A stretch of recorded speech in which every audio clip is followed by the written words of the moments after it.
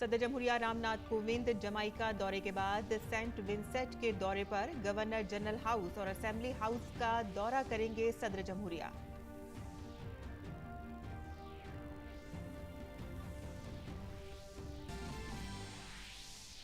मरकजी वजीर इत्तलात और नशरियात अनुराग सिंह ठाकुर ने आज कान फिल्म फेस्टिवल में इंडियन पवेलियन का किया इफ्तिताह। इफ्तिताई तकरीब में मरकजी वजीर अनुराग सिंह ठाकुर की क़यादत में 11 रुकनी वफ्द ने रेड कारपेट की जीनत में किया इजाफा।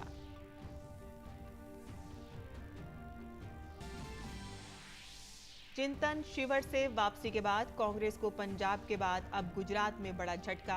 हार्दिक पटेल ने कांग्रेस की आला क़यादत में संजीदगी का फुकदान बताते हुए पार्टी के वर्किंग सदर और बुनियादी रुकनियत से दिया इस्तीफा। कहा कि मैं गुजरात के लिए मुस्बत तरीके से करता रहूंगा काम। सुप्रीम कोर्ट ने साबिक वजीर आजम राजीव गांधी के कत्ल के मुजरिमों में से एक और 30 साल की सजा भुगत रहे पैरा रिविलन को रिहा करने का दिया हुक्म। सुप्रीम कोर्ट ने कहा कि गवर्नर रियासती काबीना के फैसले को नहीं रख सकते मुअल्लक।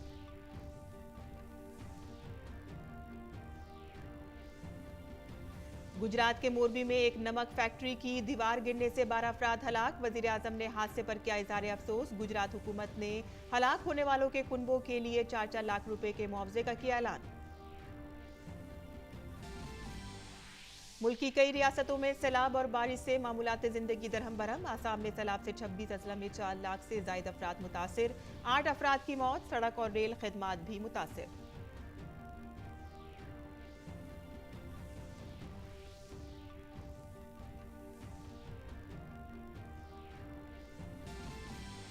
ख़वातीन आलमी बॉक्सिंग चैंपियनशिप के सेमीफाइनल मुकाबले आज। फाइनल में जगह बनाने के इरादे से रिंग में उतरेंगी भारतीय बॉक्सर निखत जरीन, मनीषा और परवीन हुड्डा।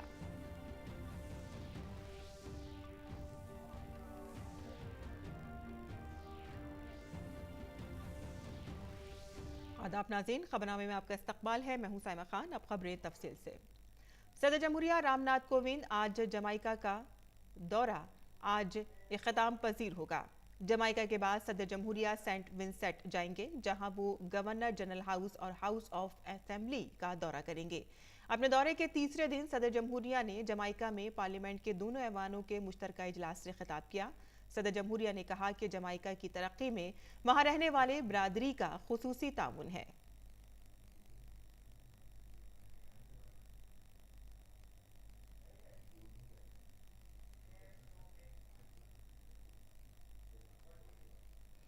इसके साथ ही सदर जमहूरिया ने कहा कि भारत तालीम और टेक्नोलॉजी के मैदान में जमाइका के साथ ताउन करने को तैयार है।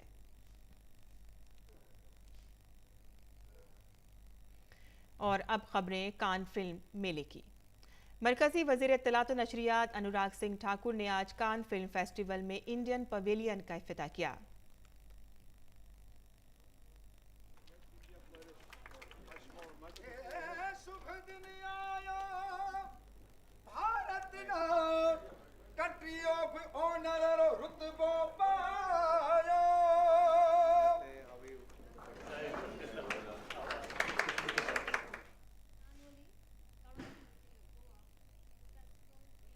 अनुराग सिंह ठाकुर ने कान फिल्म फेस्टिवल में इंडियन पवेलियन के आगाज के मौके पर international film festival of India 2022 का पोस्टर भी जारी किया।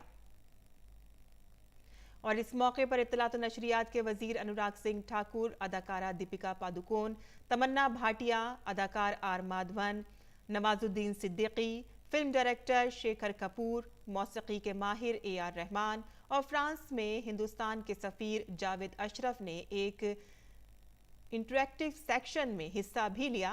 फिल्म अदाकारा तमन्ना भाटिया ने इस मौके पर कहा कि हिंदुस्तानी फिल्मों ने 75वें कांस फिल्म फेस्टिवल में आलमी सिनेमा और एक पार्टनर मुल्क के तौर पर गैर मामूली किरदार अदा किया है। यहाँ शिरकत करना वाकई इज्जत की बात है।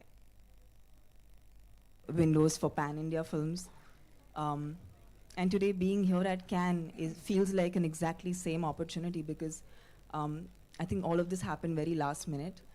But I do understand that India has contributed for years together, and finally, in the 75th year, the partnering of the Cannes Festival with India is really iconic. और नामवर फिल्मी अदाकार नवाजुद्दीन सिद्दीकी ने कहा कि हमारे मुल्क में बहुत सी कहानियां हैं जो कि मकामी हैं, लेकिन ये आलमी सतह पर बहुत काम कर सकती हैं। उन्होंने इत्तलात और नशरियात के वजीर अनुराग सिंह ठाकुर से ऐसी फिल्मों को फरोग देने की अपील की। बहुत खुशी हो रही है कि आप इनिशिएटिव ले रहे हैं इस तरह के सिनेमा को लेके, और हमें ज़रूरत है जिस तरह के हमारे यहाँ स्टोरीज़ बहुत हैं, हमारी कंट्री में बहुत स्टोरीज़ हैं जो बहुत लोकल हैं लेकिन ग्लोबल लेवल पे बहुत वर्क कर सकती हैं वो, क्योंकि हर जगह पे एक स्टोरी है हमारे यहाँ पे। हमें थोड़ा सा आई थिंक मुझे लगता है कि उस तरह की फिल्म पे ध्यान अभी आप बैठे हैं तो मैं इसलिए आप क्योंकि आप इनिशिएटिव ले रहे हैं इस चीज़ का, तो मैं आपसे ही रिक्वेस्ट करूँगा कि बहुत सारी बार ऐसा एक्सपीरियंस हुआ कि वो यहाँ पे आके बहुत अप्रिशिएट हुई, अवार्ड भी मिले और दूसरे फेस्टिवल्स में भी अवार्ड मिले, लेकिन जब वहाँ पे रिलीज़ करने पे जाते हैं तो थोड़ा दुख होता है बहुत, क्योंकि उस तरह की फिल्मों को सपोर्ट बहुत कम है। आई होप कि अभी अनुराग जी हैं तो उस तरह की फिल्मों को थोड़ा सपोर्ट करेंगे। और फिल्म अदाकारा दीपिका पादुकोण ने कहा कि AR रहमान और शेखर कपूर जैसे तजर्बेकार हिंदुस्तानी फिल्म साजों ने हिंदुस्तानी फिल्मों को आलमी सतह पर नुमाया मकाम हासिल करने में मदद की है और हिंदुस्तानी सिनेमा बरादरी में इन फिल्म साजों की वजह से ही हम जैसे अदाकार यहाँ तक पहुँचने में कामयाब हो पाए हैं। उन्होंने कहा कि फिल्म के मैदान में बतौर मुल्क हमें अभी बहुत तवील सफ़र तय करना है। उन्होंने कहा कि हमारे पास टैलेंट भी है, सलाहियत भी है, बस आगे बढ़ने का अज़्म करना होगा। I also truly believe that India is at the cusp of greatness. This is just the beginning, and I want to thank people like Rahman sir and yourself, Shekhar sir. I think y'all are really the ones who've put India on the global map. It is because of your contribution over the years that has allowed people like us to be here today. Having said that, I feel like we have a long way to go as a country. I feel really proud today as an Indian to be here, to be representing the country. But when we look back at the 75 years of Cannes, and I've said this earlier, there are literally a handful of Indian films or Indian actors or Indian talent that has been able to make it. And I feel like collectively as a nation, we have it. We have the talent, we have the ability, and I think we just need that sort of conviction. And there will come a day, I truly believe, where India won't have to be at Cannes, Cannes will be in India. और Congress high command से काफ़ी अरसे से नाराज गुजरात के रियासती सदर हार्दिक पटेल ने इस्तीफा दे दिया है। हार्दिक पटेल ने ट्वीट करके ये जानकारी दी। उन्होंने लिखा कि आज मैं हिम्मत के साथ कांग्रेस पार्टी के ओहदे और पार्टी की बुनियादी रुकनियत से इस्तीफा देता हूं। मुझे यकीन है कि मेरे फैसले का मेरे तमाम साथी और गुजरात के अवाम खैर मकदम करेंगे।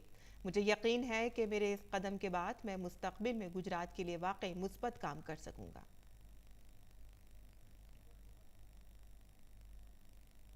और हार्दिक पटेल ने अपने ट्विटर हैंडल पर 2 सफ़हात का इस्तीफा नामा भी शेयर किया है। अपने ख़त में उन्होंने कांग्रेस की आला क़यादत पर मसाइल के तय गैर एहसासियत का इल्ज़ाम लगाते हुए इस्तीफा दे दिया है।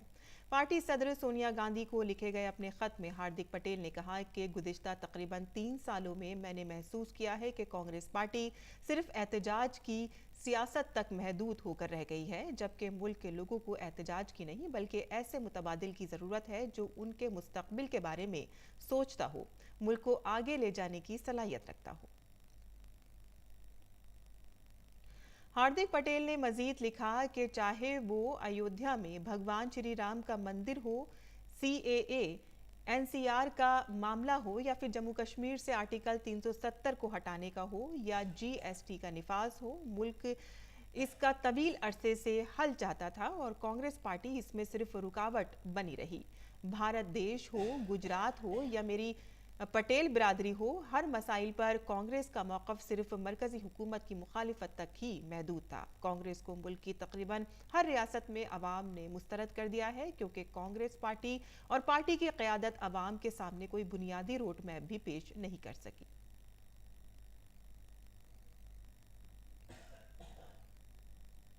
अपने खत में हार्दिक पटेल ने कहा कि कांग्रेस पार्टी की आला क़यादत में किसी भी मामले पर संजीदगी का फुकदान एक बड़ा मसला है। मैं जब भी पार्टी की आला क़यादत से मिला तो ऐसा महसूस हुआ कि क़यादत की तवज्जो गुजरात के अवाम और पार्टी के मसाइल सुनने से ज़्यादा मेरे मोबाइल और दीगर चीज़ों पर मरकूज़ है। जब भी मुल्क मुश्किल में था या कांग्रेस को क़यादत की सबसे ज़्यादा ज़रूरत थी, हमारे लीडर बैरून मुल्क में थे। हार्दिक पटेल ने अपने खत में लिखा कि आला क़यादत का गुजरात के तई रवैया ऐसा है कि जैसे उन्हें गुजरात और गुजरातियों से नफरत हो। ऐसे में कांग्रेस गुजरात के अवाम से ये उम्मीद कैसे रखती है कि वो उसे मुतबादिल के तौर पर देखेंगे। गुजरात के बड़े लीडर अवाम के मसाइल से दूर रहते हुए सिर्फ इस बात पर ध्यान देते हैं कि दिल्ली से आने वाले लीडर को वक्त पर चिकन सैंडविच मिला या नहीं। मैं जब भी नौजवानों के दरमियान गया तो सब ने एक ही बात कही कि आप ऐसी जमात में क्यों हैं जो हर तरह से सिर्फ गुजरातियों की तौहीन करती है, चाहे वो सनत का मैदान हो या चाहे मजहबी मैदान हो और चाहे सियासत हो। आगे बढ़ते हैं, जहां सुप्रीम कोर्ट ने साबिक वज़ीर आज़म राजीव गांधी के कत्ल केस में उम्र कैद की सजा पाने वाले एक मुजरिम AG पैरालेवन को रिहा करने का हुक्म दिया है। पैरालेवन गुज़िश्ता 31 साल से जेल में हैं। 21 मई 1991 को साबिक वज़ीर आज़म राजीव गांधी को तमिलनाडु के श्री पेरम्बुदूर में एक जलसा आम के दौरान कत्ल कर दिया गया था। पैरालेवन को 1998 में टाडा अदालत ने मौत की सजा सुनाई थी। बादाज़ां इस सजा को सुप्रीम कोर्ट में चैलेंज किया गया और 1999 में सुप्रीम कोर्ट ने सजा बरकरार रखने का हुक्म दिया था। ताहम 2014 में सजाए मौत को उम्र कैद में तब्दील कर दिया गया और इसके बाद इस साल मार्च में सुप्रीम कोर्ट ने पैरालेवन को जमानत दे दी। तमिलनाडु की काबीना ने भी पैरालेवन की रिहाई की सिफारिश की थी। ताहम इस सिफारिश पर गवर्नर ने खुद कोई फैसला किए बगैर मामला सदर जमहूरिया के पास भेज दिया। पैरालेवन के वकील ने दलील दी कि गवर्नर काबीना के फैसले को नजरअंदाज करके मामले को इल्तवा में नहीं रख सकते। सुप्रीम कोर्ट ने आर्टिकल 142 के तहत खुसूसी इख्तियार इस्तेमाल करते हुए रिहा करने का हुक्म दिया है। मध्य प्रदेश हुकूमत ने सुप्रीम कोर्ट में बड़ी कामयाबी मिली है। सुप्रीम कोर्ट ने हुकूमत की बात मानते हुए 2022 की हदबंदी की मंजूरी दे दी है। इसके साथ ही अदालत ने OBC रिजर्वेशन से मुतालिक मध्य प्रदेश हुकूमत की बात भी सुनी है। अदालत ने OBC को 1 हफ्ते के अंदर रिजर्वेशन देने की हिदायत दी है। सुप्रीम कोर्ट ने बल्दियाती इंतखाबात के हवाले से हुकूमत की 2022 की हदबंदी की मंजूरी दे दी है और इस वजह से अब OBC रिजर्वेशन के साथ ही रियासत में पंचायती इंतखाबात भी होंगे। सुप्रीम कोर्ट ने हुकूमत और रियासती इलेक्शन कमीशन को पंचायती इंतखाबात के हवाले से 1 हफ्ते में नोटिफिकेशन जारी करने की हिदायत दी है। अदालत ने अपने हुक्म में यह भी कहा है कि पंचायती इंतखाबात में रिजर्वेशन 50% से ज़्यादा नहीं होना चाहिए। इससे कबल 10 मई को सुप्रीम कोर्ट ने रियासती इलेक्शन कमीशन से 2 हफ्ते के अंदर पंचायती इंतखाबात के हवाले से नोटिफिकेशन जारी करने को कहा था और मध्य प्रदेश में बल्दियाती इंतखाबात OBC रिजर्वेशन के बगैर ही कराने का हुक्म दिया था। मध्य प्रदेश के वजीर आला शिवराज सिंह चौहान ने रियासत में पंचायती इंतखाबात में OBC के लिए रिजर्वेशन नाफिज करने के सुप्रीम कोर्ट के फैसले का खैर मकदम किया है। माननीय सर्वोच्च न्यायालय को मैं प्रणाम करता हूं। हमने यही कहा था कि हम चुनाव चाहते हैं, लेकिन OBC आरक्षण के साथ। कांग्रेस ने एक पाप किया था, चुनाव तो पहले ही हो रहे थे OBC आरक्षण के साथ, लेकिन कांग्रेस के लोग ही माननीय सर्वोच्च न्यायालय में गए थे, जिसके कारण यह फैसला हुआ था कि OBC आरक्षण के बिना ही चुनाव हो। हमने हर संभव प्रयास किया, कोई कसर नहीं छोड़ी। और गुजरात के मोरबी में हलवाद GIDC में नमक बनाने वाली फैक्ट्री की दीवार गिरने से कम 12 अफराद हलाक हो गए हैं। इस वाक़े में 30 मजदूरों के दबे होने का खदशा है। ये वाक़या उस वक्त पेश आया कि जब हलवाद GIDC में वाक़े सागर सॉल्ट फैक्ट्री की दीवार गिर गई। जाए हादसे से कारकुनों को बचाने की हर मुमकिन कोशिश की जा रही है।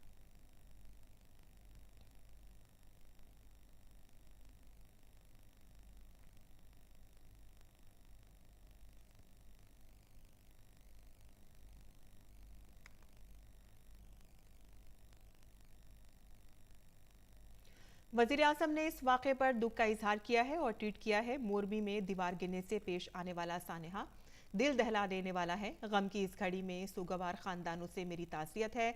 मैं जख्मियों की जल्द सेहतयाबी की दुआ करता हूँ। मकामी इंतजामिया मुतासर अफराद की हर मुमकिन मदद कर रही है। और वज़ीर दाखिला अमित शाह ने भी गुजरात के मोरबी में होने वाले हादसे पर अफसोस का इजहार किया है। उन्होंने ट्वीट किया और कहा कि गुजरात के मोरबी में एक हादसे में 12 लोगों की मौत बहुत अफसोसनाक है। मैंने वज़ीर आला भूपेंद्र भाई पटेल जी से बात की है। इंतजामिया राहत पहुंचाने में मसरूफ़ है। जख्मियों को अस्पताल मुंतकिल करके उनका इलाज किया जा रहा है। मैं सुगवार खानदानों से ताज़ियत का इजहार करता हूँ। और शीना बोरा कत्ल केस में जेल में बंद इंद्रानी मुखर्जी को सुप्रीम कोर्ट से जमानत मिल गई है। इंद्रानी मुखर्जी गुज़िश्ता 6 साल से जेल में थी, जिसकी बुनियाद पर अदालत ने उनकी रिहाई का हुक्म दिया है। इंद्रानी की दलील थी कि उनका मुकदमा 6 साल से ज़्यादा अरसे से चल रहा है। फिलहाल इससे जल्द निमटने का कोई इम्कान नहीं है। और कांग्रेस के सीनियर लीडर कार्ति चिदम्बरम के करीबी साथी एस भास्कर रमन को सीबीआई ने गिरफ्तार कर लिया है। सीबीआई जराये के मुताबिक कार्ति चिदम्बरम के खिलाफ चल रहे केस के सिलसिले में भास्कर को गिरफ्तार किया गया है। ख्याल रहे कि मंगल को सीबीआई ने कार्ति चिदम्बरम के कई मकामात पर छापे मारे थे। सीबीआई ने मुंबई, उड़ीसा, तमिलनाडु में कार्ति चिदम्बरम के घर पर छापा मारा था।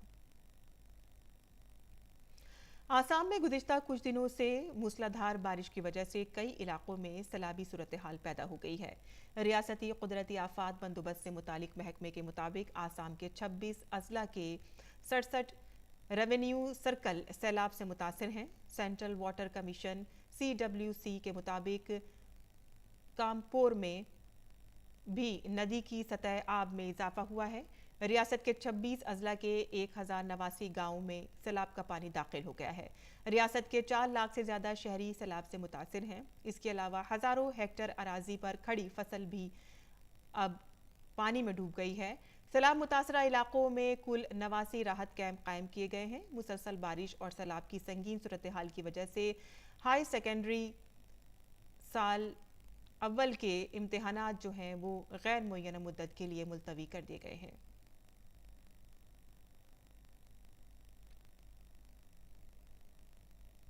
और बेंगलुरु में शदीद बारिश की वजह से कई मकामात पर पानी भरने की सूरत हाल पैदा हो गई है। शहर की अहम सड़कों, फ्लाईओवर और अंडरपास में पानी दाखिल होने की वजह से गाड़ियों की आमदोरफ्त में भी परेशानियों का सामना हो रहा है। कई मकामात पर बारिश का पानी घरों में भी दाखिल हो गया है, जिसकी वजह से लोगों को राहत में परेशानियों का सामना करना पड़ रहा है। और कई मकामात पर बिजली के खंभे और पेड़ भी गिर गए हैं, जिसकी वजह से पूरे शहर में बिजली सप्लाई भी मुतासर हुई है। इस दरमियान महकमे मौसमियात ने बेंगलुरु में बारिश के लिए ऑरेंज अलर्ट जारी किया है। आज अलग अलग मकामात पर शदीद बारिश की पेशगोई भी की गई है और दही और शहरी बेंगलुरु के लिए अलर्ट भी जारी किया गया है। महकमे मौसमियात ने कर्नाटक, तमिलनाडु और केरल के कुछ हिस्सों में आइंदा 5 दिनों तक शदीद बारिश की पेशगोई की है।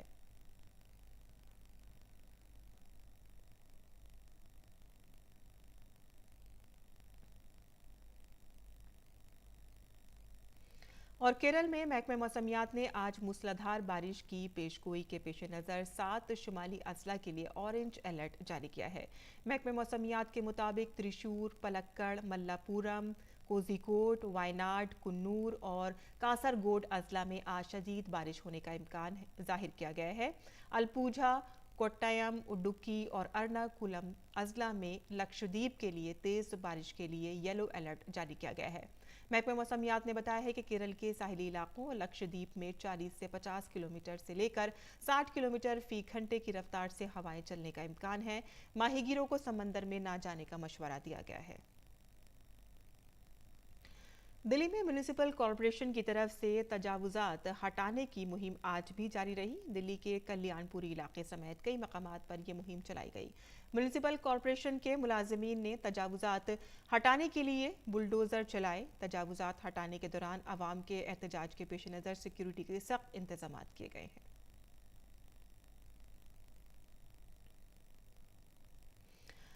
उत्तर प्रदेश में मदरसों को दिए जाने वाले ग्रांट को लेकर यूपी सरकार ने बड़ा फैसला किया है, जिसमें अब नए मदरसों के लिए अब किसी भी तरह का ग्रांट नहीं जारी किया जाएगा। योगी काबीना ने अपने इस फैसले से नए मदरसों को ग्रांट न देने का फैसला किया है। मंगल को काबीना की मीटिंग में उत्तर प्रदेश सरकार के महकमा अक़लती बहबूद की वजारत ने नए मदरसों को ग्रांट न देने की तजवीज़ पेश की थी। इस पर काबीना ने अपनी मोहर लगा दी है। हालांकि पुराने मदरसों को अभी तक जो ग्रांट मिल रहा है उन्हें पहले की तरह ग्रांट मिलता रहेगा। पुराने मदरसों के ग्रांट में कोई तब्दीली नहीं की जाएगी। भारतीय बहरिया के डीआरडीओ के ताउन से बालासोर में पहले देसी साख्ता नेवल एंटी शिप मिसाइल का कामयाब तजर्बा किया गया है। ये कदम आत्मनिर्भर भारत की जानिब एक और अहम कदम है और स्वदेशी के तई भारतीय बहरिया के अज़्म का यादा करता है। खाम तेल की कीमतों में एक बार फिर से तेजी देखने में आ रही है। एक हफ्ते कबल ही यहां पर ब्रेंट क्रूड की कीमतों में $106 फी बैरल थी, जो इस वक्त 112 की सतह से ऊपर है। ये गुज़िश्ता 8 हफ्तों की बुलंद तरीन सतह है। दरहकीकत अप्रैल में रूस में पैदावार 9% कम थी। रूस ने ओपेक के कोटे से 1.28 मिलियन बीबीडी कम पैदावार की, जबकि ओपेक ने अपने हदफ से 2.6 मिलियन बीपीडी कम पैदावार की। सप्लाई में रुकावट की वजह से तेल की कीमतों में इजाफा हो रहा है और फिल वक्त इनमें कमी का कोई इम्कान नहीं है। दरहकीकत यूरोप रूस के तई तेल की सबसे बड़ी मंडी है और इतने कम वक्त में रूस को चीन और भारत को सप्लाई करना मुमकिन नहीं। इसलिए रूस अपनी पैदावार कम कर रहा है और तेल के कुछ कुएं बंद कर दिए गए हैं। बैनुल-अक़वामी तवानाई एजेंसी की गुज़िश्ता हफ्ते की रिपोर्ट के मुताबिक दुनिया भर में खाम तेल की पैदावार में 7 मिलियन यूनिट से ज़्यादा की कमी हुई है और ये 98.1 मिलियन बीपीडी पर है।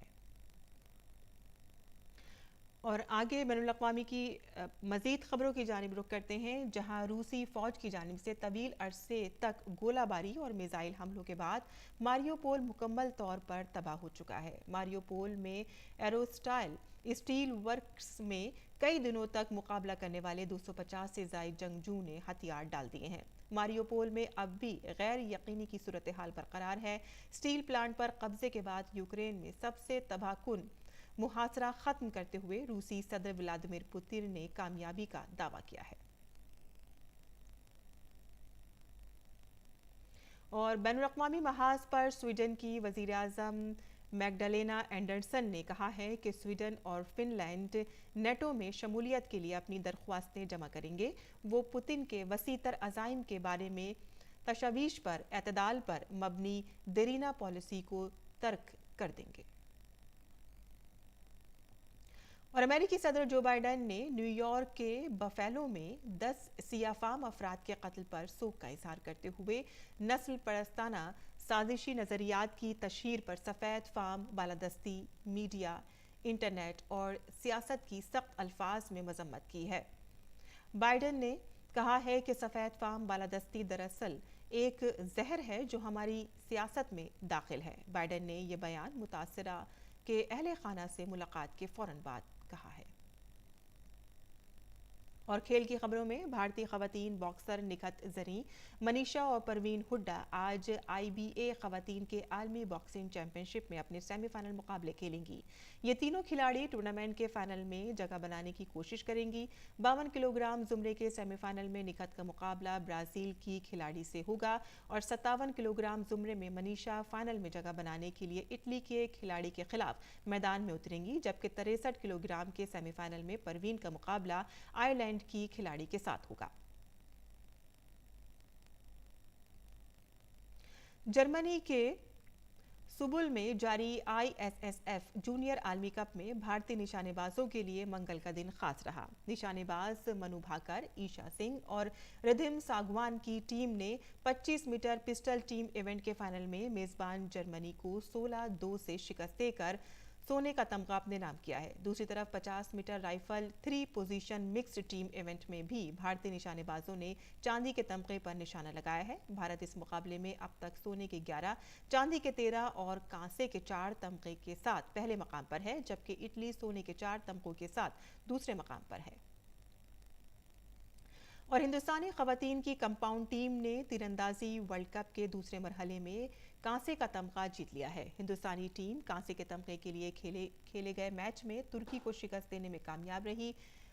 अवनीत कौर, मुस्कान करार और प्रिया गुर्जर की खवातीन कंपाउंड टीम इस सनसनीखेज मुकाबले को 231-232 से जीतने में कामयाब रही। इससे कबल सेमीफाइनल में भारत को जनूबी कोरिया के हाथों 2 पॉइंट से शिकस्त का सामना करना पड़ा। और आईपीएल में आज कोलकाता नाइट राइडर्स का मुकाबला लखनऊ सुपर जायंट्स के साथ होगा। आईपीएल में पहली बार खेल रही लखनऊ सुपर जायंट्स का इस सीजन में अब तक का सफर शानदार रहा है और इस टीम ने प्लेऑफ के लिए तकरीबन क्वालिफाई कर लिया है। वहीं इस मैच में कोलकाता नाइट राइडर्स के लिए करो या मरो की सूरत हाल है। और आईपीएल में कल खेले गए दिलचस्प मुकाबले में सनराइजर्स हैदराबाद ने मुंबई इंडियंस को 3 रन से हरा दिया। सनराइजर्स के जरिए दिए गए 194 रनों के हदफ का पीछा करते हुए मुंबई इंडियंस की टीम मुकर्ररा 20 ओवर में 7 विकेट पर 190 रन ही बना सकी और मैच गंवा दिया। मुंबई की तरफ से रोहित शर्मा ने सबसे ज्यादा 48 रन बनाए, जबकि इमरान मलिक ने 3 विकेट लिए। सनराइजर्स की टीम इस जीत के साथ प्लेऑफ की दौड़ में बरकरार है, जबकि मुंबई इंडियंस की टीम पहले ही इस सीजन के प्लेऑफ से बाहर हो चुकी है। और इसी के साथ ही हमारा खबरनामा यही खत्म पजीर होता है। हमारी पूरी टीम को दें इजाजत। आदाब।